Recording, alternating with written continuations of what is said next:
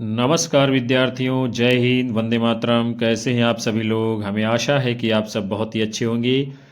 आप सभी एक बार पुनः से आ चुके हो दीपक लक्ष्य हब यूट्यूब चैनल की ऑनलाइन क्लासेज में। सभी का हार्दिक स्वागत है, वंदन, अभिनंदन है।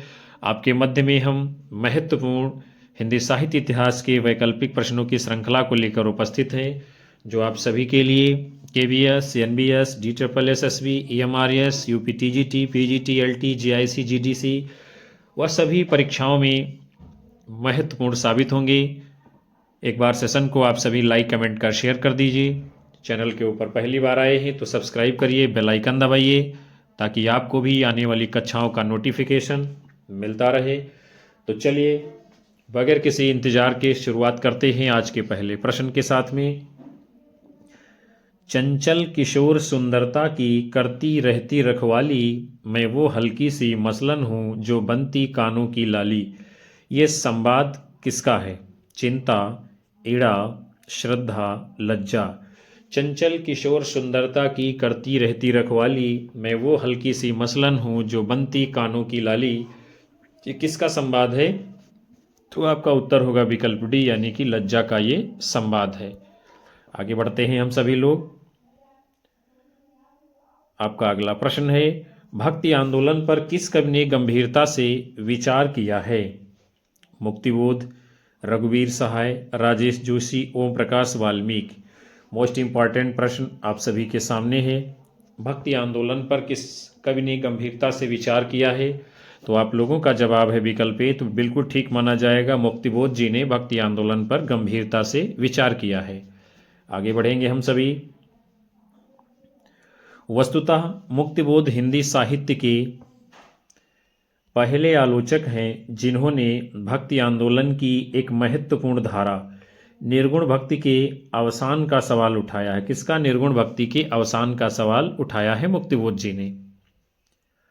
और भक्ति आंदोलन पर विचार करने वाले समीक्षक आपके सामने हैं आचार्य रामचंद्र शुक्ल, हिंदी साहित्य का इतिहास पुस्तक में, आचार्य हजारी प्रसाद द्विवेदी, डॉक्टर रामविलास शर्मा, मुक्तिबोध विभिन्न आलेखों में, डॉक्टर गुलाब राय और जॉर्ज ग्रियर्सन। इन सभी ने जो है भक्ति आंदोलन पर विचार व्यक्त किए हैं अपने। आगे बढ़ेंगे हम लोग। अगला प्रश्न आपके सामने है, सरदार पूर्ण सिंह जी के निबंध इनमें कौन कौन से हैं? नैनों की गंगा, पवित्रता, आचरण की सभ्यता, जय यमुना मैया जी, हम डार डार, तुम पात पात। कौन से निबंध हैं इसमें सरदार पूर्ण सिंह जी की? तो नैनों की गंगा भी है, आप जानते हैं, पवित्रता भी है, आचरण की सभ्यता भी है, और ये दो निबंध इनके नहीं हैं, यानी ABC, ये तीन आपका कूट सही होगा। नैनों की गंगा, पवित्रता, आचरण की सभ्यता, ये निबंध सरदार पूर्ण सिंह जी के हैं। और ABC किसमें है? विकल्प C में आपका उत्तर होगा। सरदार पूर्ण सिंह जी के जो निबंध हैं, नैनों की गंगा, पवित्रता, आचरण की सभ्यता, मजदूरी और प्रेम, सच्ची वीरता, अमेरिका का मस्त योगी वाल्ट व्हिटमैन, ब्रह्म कांति, और नैनों की गंगा इसका दूसरा नाम कन्यादान भी है। क्या है नैनों की गंगा? ये महत्वपूर्ण है आपके लिए। नैनों की गंगा इसका दूसरा नाम क्या है? कन्यादान। फिर उसके बाद में जय जमुना मैया जी, चंद्रधर शर्मा गुलेरी जी का निबंध है, बहुत ही इंपॉर्टेंट है। किसका है? चंद्रधर शर्मा गुलेरी, जय जमुना मैया। और जमुना के तीरे तीरे निबंध के लेखक कौन है? विद्यानिवास मिश्र जी। हम डार डार तुम पात पात निबंध के लेखक कौन है? बालकृष्ण भट्ट जी। और ये भी सब आपके लिए महत्वपूर्ण है। आगे बढ़ते हैं हम सभी लोग। नागार्जुन की कविता कालिदास, यानी नागार्जुन की कविता कालिदास से संबंधित है। विक्रम, यक्ष, शकुंतला, इंदुमती, अज। नागार्जुन की कविता है कालिदास, और ये कालिदास से संबंधित यानी कौन कौन से लोग हैं? तो यक्ष भी कालिदास कविता में है, और इंदुमती भी है, और अज भी है। अक्ष, इंदुमती, अज, ये तीनों पात्र किस कविता में है? कालिदास कविता, जो कि नागार्जुन की है। तो B, D और E ये तीनों विकल्प आपके सही होंगे। तो B, D, E किस में है? आपका विकल्प डी में कूट उत्तर सही माना जाएगा। और नागार्जुन की कविता जो कालिदास है, यक्ष, इंदुमती, अज, इसके अतिरिक्त रति, शिव और कामदेव का भी इसमें जिक्र किया गया है। उसके बाद में कालिदास कविता में आषाढ़ मास का जिक्र है। किसका है? कालिदास कविता में आषाढ़ मास का जिक्र है। इस कविता में चित्रकूट का भी जिक्र है। इस कविता का प्रथम प्रसंग कालिदास के महाकाव्य रघुवंश पर आधारित है। दूसरा प्रसंग कालिदास के महाकाव्य कुमार संभव पर और तीसरा प्रसंग मेघदूत पर आधारित है। आगे बढ़ते हैं हम लोग। आपका अगला प्रश्न है, भारतीय लोकतंत्र की आलोचना करने वाला नाटक युग इनमें कौन सा है? बकरी, आगरा बाजार, अंधा युग एक और द्रोणाचार्य, बकरी, महाभोज, अंधा युग आधे अधूरे। भारतीय लोकतंत्र की आलोचना करने वाला इसमें नाटक युग कौन सा है? तो आपका सही उत्तर क्या होगा? विकल्प सी, यानी कि महाभोज और बकरी। इन दो नाटकों में भारतीय लोकतंत्र की आलोचना की गई है। महत्वपूर्ण प्रश्न है आपके लिए। आगे बढ़ते हैं हम लोग। बकरी नाटक भिस्ती, सिपाही, दुर्जन सिंह, करमवीर, सत्यवीर इसके पात्र हैं। सर्वेश्वर दयाल सक्सेना द्वारा रचित नाटक का प्रथम मंचन 1974 ईस्वी में हुआ है। कब हुआ? 1974 ईस्वी में। फिर महाभोज मन्नू भंडारी जी के द्वारा ये चर्चित उपन्यास है और महाभोज का नाट्य रूपांतर महाभोज शीर्षक से भी हुआ है। महाभोज नाटक 1983 में और जबकि महाभोज उपन्यास 1979 में प्रकाशित हुआ है। आगे बढ़ेंगे। फिर है आगरा बाजार नाटक, हबीब तनवीर जी के द्वारा रचित है। किसका है? हबीब तनवीर का। एक और द्रोणाचार्य शंकर शेष द्वारा रचित है, जो दो समानांतर कथा प्रसंगों पर आधारित है। आधे अधूरे नाटक मोहन राकेश द्वारा रचित है। इसका प्रकाशन 1969 में हुआ है और ये पारिवारिक विसंगत के ऊपर आधारित है। फिर अगला प्रश्न आपके सामने है, निम्नलिखित में से अर्ध समृद्ध स्वर हैं। कौन है अर्ध समृद्ध स्वर? बड़ा आ, ऐ औ, ए ओ, छोटा ऊ, बड़ा ऊ। इनमें कौन सा अर्ध समृद्ध स्वर है? तो आपका सही उत्तर क्या होगा? विकल्प सी, ए और ओ ये क्या है? अर्ध समृद्ध स्वर हैं। फिर आगे बढ़ेंगे हम सभी। यानी उपयुक्त में ए ओ ये क्या है? अर्ध समृद्ध स्वर हैं। वस्तुतः जब समृद्ध की अपेक्षा जिह्वा और मुख विवर के ऊपरी भाग की दूरी उच्चारण दौरान अधिक हो जाती है, उसे अर्ध समृद्ध स्वर कहते हैं। जिह्वा की ऊंचाई के आधार पर स्वरों का वर्गीकरण। किस आधार पर? जिह्वा की ऊंचाई के आधार पर। समृद्ध स्वर हैं छोटी ई, बड़ी ई, छोटा ओ, बड़ा ओ। विवृत स्वर है बड़ा आ। अर्ध विवृत स्वर है ऐ, औ तथा अंग्रेजी से आगत ये आ ध्वनि जो है। और अर्ध समृद्ध स्वर है ए, ओ, ये अर्ध समृद्ध स्वर है। फिर अगला महत्वपूर्ण प्रश्न आपके सामने है, नागरी प्रचारणी सभा के संस्थापक कौन है? बहुत ही इंपॉर्टेंट प्रश्न है आपके एग्जाम के लिए। नागरी प्रचारणी सभा के संस्थापक कौन है? शिव कुमार सिंह, मेहता लज्जाराम, रामनारायण मिश्र, बालकृष्ण भट्ट, श्याम सुंदर दास। तो आप सभी लोग जानते हो कौन जो है नागरी प्रचारणी सभा के संस्थापकों में है। शिव कुमार सिंह जी हैं और रामनारायण मिश्र जी हैं। उसके साथ साथ श्याम सुंदर दास जी हैं। यानी ए, सी और ई ये तीन विकल्प सही हैं। कूट आपका उत्तर कौन सा होगा? ए, सी, ई विकल्प बी में है। नागरी प्रचारणी सभा की स्थापना कब होती है? 1893 ईस्वी में श्याम सुंदर दास, पंडित रामनारायण मिश्र, ठाकुर शिव कुमार सिंह के द्वारा की गई है। इसकी स्थापना इन लोगों ने विद्यार्थी जीवन में क्वींस कॉलेज वाराणसी के एक छात्रावास के बरामदे में की थी। और इसके पहले अध्यक्ष बाबू राधाकृष्ण दास बने थे। कौन? बाबू राधाकृष्ण दास पहले अध्यक्ष बने थे। इस संस्था द्वारा 1896 में, कब है? इस संस्था के द्वारा 1896 में मासिक रूप से नागरी प्रचारणी पत्रिका प्रकाशित होती थी, जिसे 1920 ईस्वी में त्रैमासिक कर दिया गया था।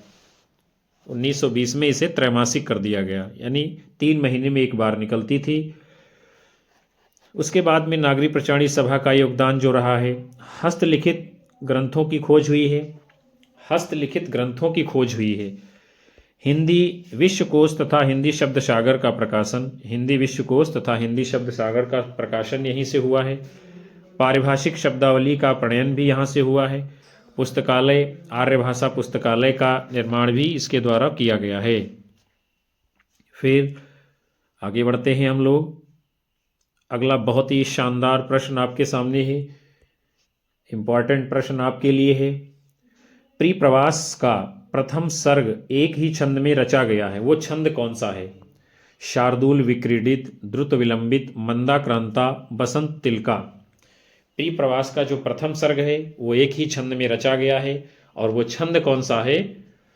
तो आपका सही जवाब होगा विकल्प बी, द्रुत विलंबित छंद में जो है प्रिप्रवास महाकाव्य का प्रथम सर्ग रचा गया है, और पूरे सर्ग में एक ही छंद इसमें है। उसके बाद में प्रिप्रवास, ये अयोध्या सिंह उपाध्याय हरिओत जी के द्वारा रचित खड़ी बोली का ये प्रथम महाकाव्य है, जिसमें कुल 17 सर्ग हैं, और इसका प्रकाशन 1914 ईस्वी में हुआ है। इसका प्रथम सर्ग द्रुत विलंबित छंद में ही बंधा हुआ है। फिर उसके बाद में प्रिप्रवास भागवत पुराण की कथा पर आधारित है। किस पर? प्रिप्रवास ये भागवत पुराण की कथा पर आधारित है। कृष्ण और राधा पर आधारित इस महाकाव्य में दोनों यानी राधा और कृष्ण को समाज सेवी के रूप में दिखाया गया है। और प्रिप्रवास का पहले नाम क्या था? वज्रांगना विलाप, और बाद में इसे प्रिप्रवास कर दिया गया है। ये सभी बातें महत्वपूर्ण हैं, और सारे प्रश्न ये एक एक करके बार बार पूछे गए हैं। फिर आपका अगला प्रश्न है, एक रूप हिंदू तुरक दूजी दशा न कोय, मन की दुविधा मान कर भय 102। ये कविता किस कवि की है? आपको बताना है। नरोत्तम दास, वली दक्कनी, नवल दास और बनारसी दास। अच्छा प्रश्न है आपके लिए, इम्पोर्टेंट भी है। क्या कहा जा रहा है? ये कविता किसकी है? एक रूप हिंदू तुरक दूजी दशा न कोई, मन की दुविधा मान कर भय 102। तो ये कविता किसकी है? आपका सही जवाब क्या होगा? विकल्प डी, बनारसी दास जी की है। बनारसी दास के द्वारा रचित एक आत्मकथा कृति है, उसका नाम क्या है? अर्ध कथा या अर्ध कथानक। वहीं से ये काव्य पंक्तियाँ ली गई हैं। इसका प्रकाशन 1641 ईस्वी में हुआ है, और ये पद्यात्मक शैली में ब्रजभाषा में लिखित है। किसमें? पद्यात्मक शैली में ब्रजभाषा में लिखित है। बनारसी दास जैन ने अपनी आत्मकथा 55 वर्ष की उम्र में लिखी थी। जैन शास्त्रों के अनुसार मनुष्य का पूर्ण जीवन काल 110 वर्ष होता है। इन्होंने अतः इसको अर्ध कथानक कहा, यानी 110 का आधा वही अर्ध कथानक हो गया। इस आत्मकथा में दोहरा, दोहरा मतलब दोहा, सवैया, चौपई इत्यादि छंदों का प्रयोग किया गया है, क्योंकि ये पद्यात्मक है। दोहरा यानी दोहा, सवैया, चौपई छंदों का प्रयोग किया गया है। फिर आपका अगला प्रश्न आपके सामने है। नीचे 2 कथन दिए गए हैं, उसके अनुसार हम लोगों को देखना है। झूठा सच, तमस, जिंदगी नामा इत्यादि उपन्यासों में अनेक पात्र पंजाबी पृष्ठभूमि के हैं, इसलिए इन उपन्यासों में हिंदी उर्दू के अतिरिक्त कहीं कहीं पंजाबी के संवाद भी उपयोग में लाए गए हैं। तो ये बात क्या है? सही है। झूठा सच, तमस, जिंदगी नामा उपन्यासों में अनेक पात्र पंजाबी पृष्ठभूमि के हैं, और इन उपन्यासों में हिंदी उर्दू के अतिरिक्त कहीं कहीं पंजाबी के संवाद भी उपयोग में लाए गए हैं, यानी ये सही है। दूसरा कथन, आपका बंटी के अनुसार बंटी का पूरा नाम अरूप बत्रा था। क्या नाम है? अरूप बत्रा, ये बंटी का पूरा नाम है। तो ये भी क्या है? सही है, यानी दोनों कथन सही हैं। और कूट आपका कौन सा सही होगा? विकल्प ए में दोनों कथन सत्य दिखाए गए हैं। यशपाल जी के द्वारा रचित झूठा सच उपन्यास, भीष्म साहनी द्वारा रचित तमस उपन्यास, और कृष्णा सोबती द्वारा रचित जिंदगी नामा उपन्यास, और इनके अनेक पात्र पंजाबी पृष्ठभूमि के लिए गए हैं, और कहीं कहीं पंजाबी के संवाद भी उपयोग में लाए गए हैं।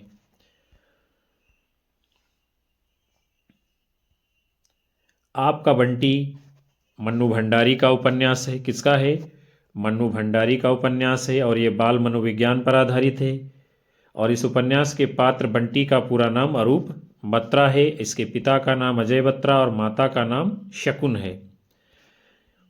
यशपाल के प्रमुख उपन्यास हैं दिव्या, यशपाल, दादा कामरेड, पार्टी कामरेड, बहुत सारे उपन्यास हैं इनके। फिर अगला प्रश्न आपके सामने है, सूची 1 का मिलान सूची 2 से किया गया है, यानी कवि हैं और उनके अध्येता। मिलान करेंगे हम लोग जो है, तो विद्यापति के जो है अध्येता कौन है? शिव प्रसाद सिंह हैं। सूरदास के अध्येता कौन है? तो हजारी प्रसाद द्विवेदी हैं। और बिहारी के अध्येता कौन है? बच्चन सिंह हैं। और घनानंद के अध्येता कौन है? इमरे बंघा। विद्यापति के शिव प्रसाद सिंह, सूरदास के हजारी प्रसाद द्विवेदी और बिहारी के बच्चन सिंह, घनानंद की इमरे बंघा। तो ये आपका सही मिलान यहाँ पे कर दिया गया है। और कूट के रूप में जो आपका सही जवाब होगा वो विकल्प सी उत्तर माना जाएगा। आगे बढ़ेंगे हम सभी लोग। डॉक्टर शिव प्रसाद सिंह जी ने 1957 में विद्यापति शीर्षक से एक पुस्तक लिखी, जिसमें विद्यापति के व्यक्तित्व, कृतित्व, जीवन दृष्टि, धार्मिक मान्यताओं इत्यादि का वर्णन किया है। आचार्य हजारी प्रसाद द्विवेदी ने सूर साहित्य शीर्षक से सूरदास पर आलोचनात्मक पुस्तक लिखी है। फिर बच्चन सिंह ने बिहारी का नया मूल्यांकन शीर्षक से आलोचनात्मक पुस्तक लिखी। क्या नाम है? बिहारी का नया मूल्यांकन। और इमरे बंघा की घनानंद का जीवन वृत्त इन्होंने लिखा है। फिर हम लोग आगे बढ़ेंगे। उठ जाग मुसाफिर निबंध के लेखक कौन है? विवेकी राय। उठ जाग मुसाफिर निबंध के लेखक कौन है? विवेकी राय हैं। शिवमूर्ति निबंध के लेखक कौन है? प्रताप नारायण मिश्र। मेरे राम का मुकुट भीग रहा निबंध के लेखक कौन है? विद्यानिवास मिश्र। और सभी ये रचनाएं बेहद ही आपके लिए मोस्ट इंपॉर्टेंट हैं, आप सभी को अपने ध्यान में रखना है। फिर आपका अगला प्रश्न सामने है। भोलाराम का जीव कहानी के अनुसार भोलाराम को रिटायर होने के कितने वर्ष बाद तक पेंशन न मिली थी? 3, 5, 7, 9 वर्ष। भोलाराम का जीव कहानी के अनुसार भोलाराम को रिटायर होने के कितने वर्ष बाद तक पेंशन न मिली थी? तो आपका सही उत्तर इस प्रश्न का क्या माना जाएगा? विकल्प बी, यानी रिटायर होने के 5 वर्ष बाद भी भोलाराम को पेंशन नहीं मिलती है। फिर हरिशंकर परसाई जी के द्वारा रचित कहानी है ये भोलाराम का जीव। भोलाराम का जीव कहानी के महत्वपूर्ण तथ्य क्या हैं? पात्र हैं धर्मराज, चित्रगुप्त, यमदूत, नारद मुनि। भोलाराम कहाँ रहता था? जबलपुर शहर में। भोलाराम की पत्नी का कथन है 5 साल हो गए पेंशन पर बैठे, पर पेंशन अभी तक नहीं मिली। भोलाराम का जीव पेंशन की दरख्वास्तों पर अटका है, यानी भोलाराम का जीव कहाँ अटका है? पेंशन की दरख्वास्तों के ऊपर। फिर हम लोग आगे बढ़ते हैं। अगला प्रश्न है आपके सामने। निम्नलिखित नाटकों को उनके प्रथम प्रकाशन वर्ष के आधार पर क्रम से हम लोगों को लगाना है। बकरी, महाबली, आगरा बाजार, माधवी, आषाढ़ का एक दिन। तो चलिए हम लोग मिलान कर लेते हैं। सबसे पहले कौन सा आएगा? आगरा बाजार, यानी कि सी। फिर किसका प्रकाशन होता है? आषाढ़ का एक दिन, यानी कि ई। उसके बाद में किसका प्रकाशन होता है? बकरी, यानी कि ए। फिर किसका प्रकाशन होता है? माधवी, यानी कि डी। फिर किसका प्रकाशन होता है? महाबली, यानी कि बी। तो सी, ई, ए, डी, बी, ये किसमें है? आपका विकल्प सी में। और यही आपका उत्तर कूट के रूप में माना जाएगा। आगे बढ़ेंगे हम सभी लोग। तो आगरा बाजार नाटक की रचना हबीब तनवीर जी ने 1954 में की है। इस नाटक का प्रथम मंचन 1954 यानी 14 मार्च जामिया मिलिया इस्लामिया के कला विभाग के खुले मंच पर किया गया। आषाढ़ का एक दिन नाटक मोहन राकेश द्वारा रचित है। इसका प्रकाशन 1958 में और 1959 में संगीत नाटक अकादमी द्वारा सर्वश्रेष्ठ नाटक का पुरस्कार इसको दिया गया है। किसका? सर्वश्रेष्ठ नाटक का पुरस्कार। बकरी सर्वेश्वर दयाल सक्सेना द्वारा रचित नाटक है, जिसका सर्वप्रथम मंचन 13 जुलाई 1974 को त्रिवेणी कला संगम नई दिल्ली की उद्यान रंगशाला से हुआ है। भीष्म साहनी द्वारा रचित नाटक है माधवी। किसका है माधवी? भीष्म साहनी का, जिसका प्रथम बार मंचन 1982 में हुआ है। महाबली असगर वजाहत का नाटक है, जिसका प्रकाशन कब होता है? 2019 ईस्वी में। और इस नाटक पर 2021 का व्यास सम्मान दिया गया है, इसलिए और भी ये महत्वपूर्ण हो जाता है आपके लिए। 2021 का व्यास सम्मान मिला महाबली नाटक को, जो कि असगर वजाहत जी का है। फिर अगला प्रश्न आपके सामने है, कोसी का घटवार कहानी में लक्ष्मा के संदर्भ में आए शब्द काला चरेऊ का क्या अर्थ है? कोसी का घटवार कहानी में लक्ष्मा के संदर्भ में आए काला चरेऊ का अर्थ क्या है? सुहाग चिन्ह, बिंदिया, करधनी, कंगन।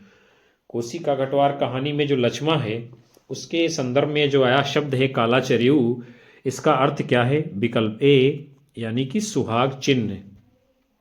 आगे बढ़ेंगे हम सभी लोग।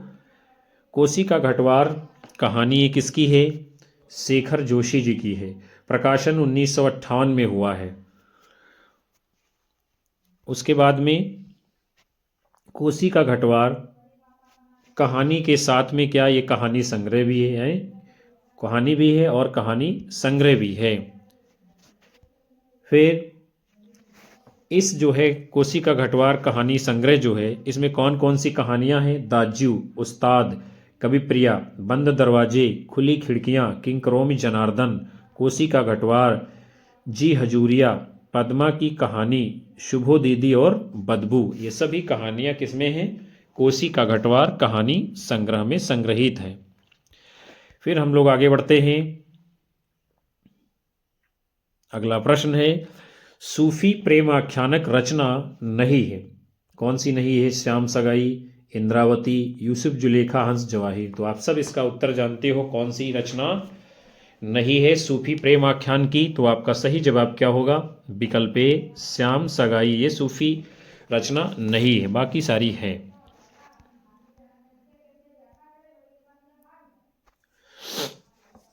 ये जो श्याम सगाई है ये कृष्ण भक्ति परक रचना है। कैसी है? कृष्ण भक्ति परक रचना, जिसमें क्या है? भगवान श्री कृष्ण की सगाई की बात की गई है। और सगाई आप लोग जानते ही हो किसे कहते हैं। फिर उसके बाद में अगला क्या बताया जा रहा है? इंद्रावती नूर मोहम्मद की रचना है और ये दोहा चौपाई में बद्ध अवधी भाषा में लिखी गई है। इसमें नायक राजकुंवर हैं और नायिका इंद्रावती है। नायक राजकुंवर और नायिका इंद्रावती है। फिर यूसुफ जुलेखा, ये शेख निसार की रचना है। यूसुफ जुलेखा शेख निसार की रचना है, जिसे सूफी काव्य पद्धति का अंतिम ग्रंथ माना गया है। इसमें शाहे वक्त के रूप में अवध के नवाब आसफुद्दौला की प्रशंसा है।